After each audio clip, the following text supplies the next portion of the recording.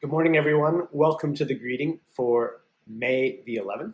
I'm your host, Mr. Johnson, with my co-host, Boop Boop Kajou. We got a great show for you today, as always.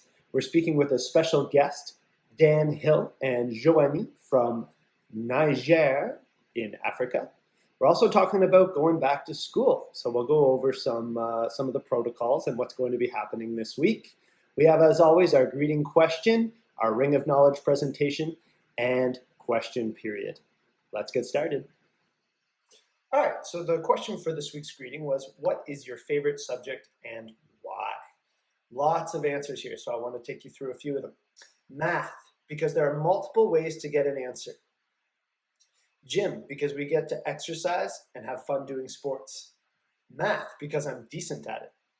Gym, because I love sports. P.S. You already knew that. In school, I have three favorite subjects. I like math because we can always learn more. I also like French because it's not always easy.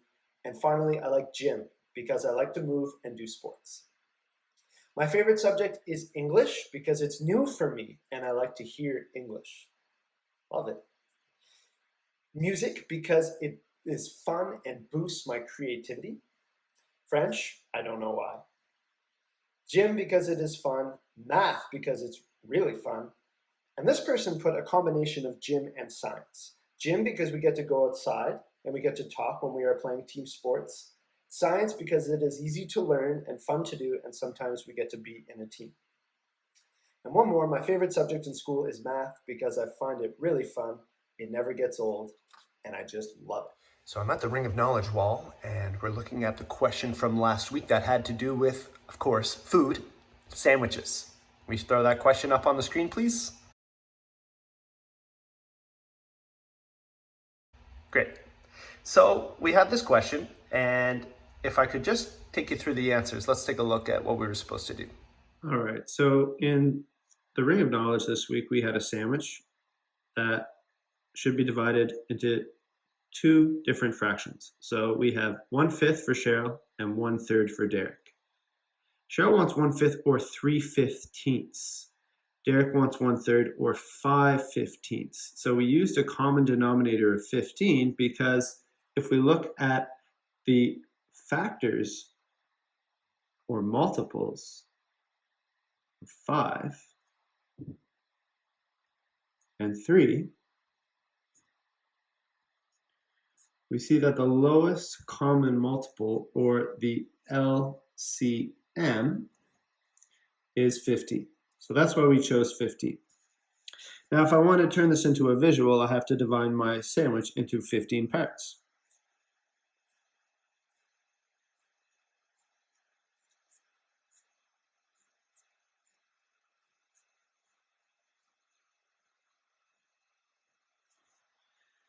Cheryl wants 3, and Derek wants 5. Now, you could argue that Derek could start at the other end of the sandwich. So 1, 2, 3, 4, 5. So there's Derek's portion and Cheryl's portion. So here are the winners for this week. Congratulations to all. All right, we're back, and it's time for question period. You ask the questions, I try to give you the answers. Let's look at a couple for this week. How are you and your family doing? Well, I'll be very honest with you.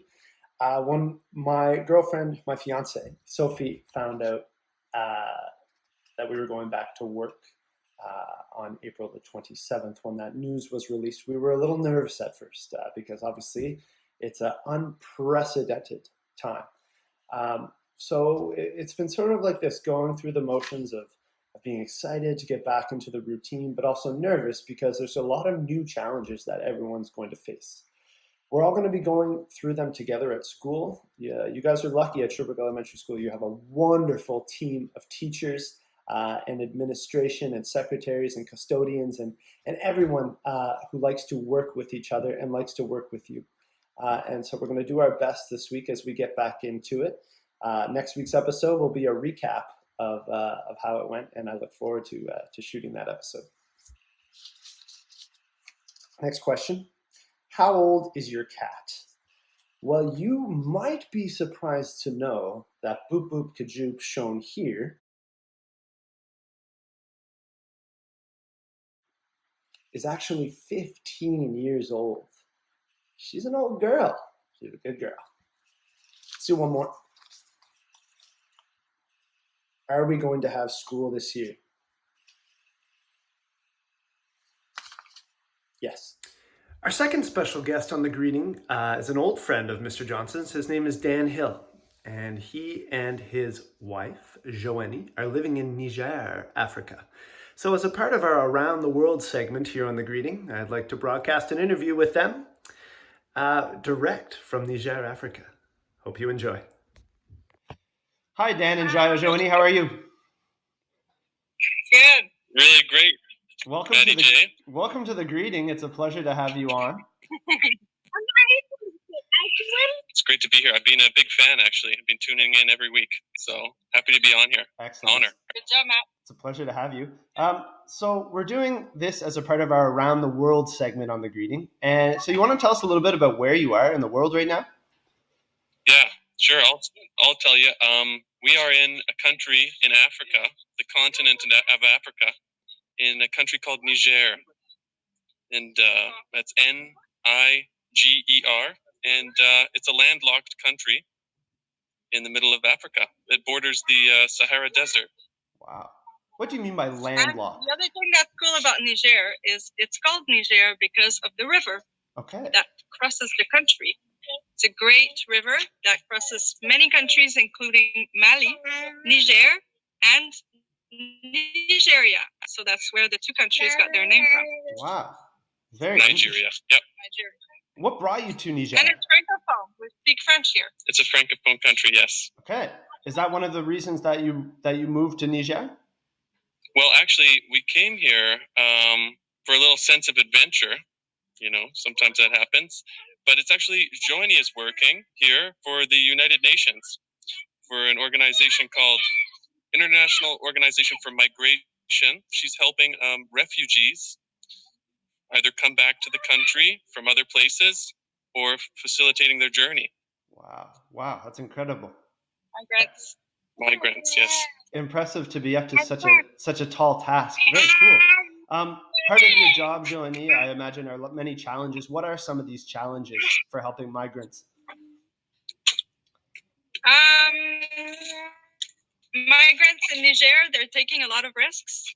So it's very dangerous, the journey that they take across the country, because it's a desert country where there's not a lot of water and food and way to, livelihoods. So we are trying to help them, but it's challenging to reach them, to know where they are and what they need, and also to convince them that maybe migrating across this country is not the best idea. Maybe they should look for other opportunities. Yeah. And if I could add something just on Niger more in general, it's actually one of the poorest countries in the world. It's the lowest ranking country on something called the Human Development Index. So it's last place, and that's an index that looks at education levels, health levels, a bunch of different other metrics. Wow. Yeah. So there's a lot of challenges here. There's a lot of challenges, a lot of illness. It's one of the poorest countries in the world. Yeah. I've known you two for a while, and I know that although it is a tall task and the challenges may be large every day, I know you guys are up for it.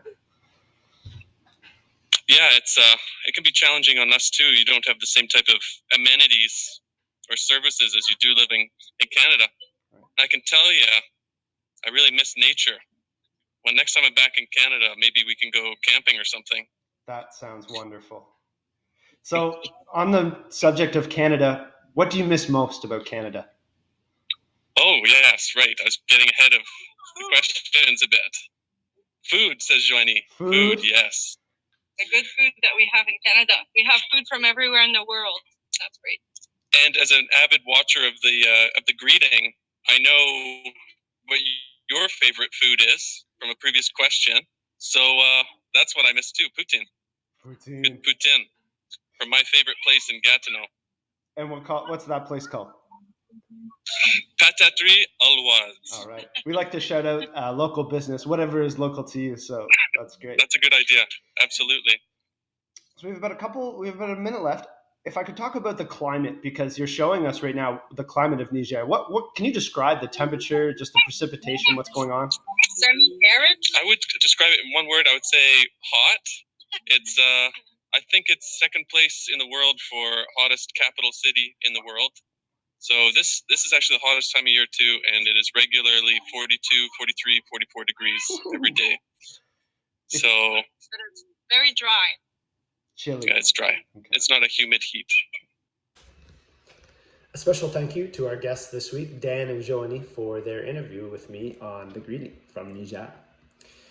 Now, one final message for the week. This time next week, we will have finished a couple days at school. Now, whether or not you are returning, we will continue to keep in touch. For those of you who are returning, please pay close attention to the plans outlined in the greeting, whether it be the playground plan or the arrival and departure plan. Things are going to look very different at school. It's exciting. It's a little nerve-wracking as well because we're all doing this for the very first time. I'm expecting you, grade 6, to be the leaders. You are technically the oldest students attending school, not in the city, not in the province, in the country. You are the oldest students in school, grade 6 students. So I'm expecting you to be leaders in the school, to help enforce social distancing, to remind everyone else of the new rules, the new way of life at Sherbrooke Elementary School. You are the leaders, and now more than ever, I am calling on you to be this way. Thank you for watching. See you next week. Be well. Take care.